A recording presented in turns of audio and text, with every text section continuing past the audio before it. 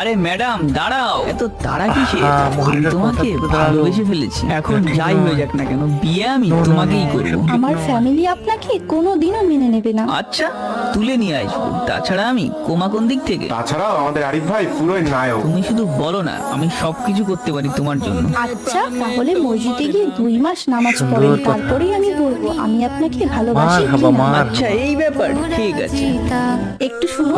আমাদের টাইম হয়ে গেছে, আমি পরে কথা বলবো। সুবহানাল্লাহ, সুবহানাল্লাহ। আসসালামু আলাইকুম। ওয়ালাইকুম আসসালাম। মাশাআল্লাহ, আপনি তো নিজেকে পুরোটাই বদলে ফেলেছেন। আর আল্লাহু আপনার আকবার, বন্ধুগুলো? যেই দিন থেকে আপনি আমাকে মসজিদের রাস্তা দেখিয়েছেন, সেই দিন থেকে নামাজ আমার মনে আল্লাহর প্রতি এতটা ভালোবাসা জাগিয়ে তুলেছে যে এখন আর মারহাবা, খারাপ মানুষের সাথে মারহাবা। বসতে ইচ্ছা করে না। আমি আপনাকে আমার মনের কথা জানিয়েছিলাম, এখন যদি আপনি আমাকে মানাও করে দেন তাও আমার কোনো আফসোস নেই, কারণ এখন আমার হৃদয়ে আল্লাহু আল্লাহর জন্য আকবার, অনেক আল্লাহু ভালোবাসা আকবার। সৃষ্টি হয়ে গিয়েছে। আমি এমনই একজন নেককার স্বামী চেয়েছিলাম। আজই আমি আল্লাহু আপনাকে তোমার কথা আকবার, জানাবো। খুদা হাফেজ। আল্লাহু আল্লাহ আকবার। হাফেজ।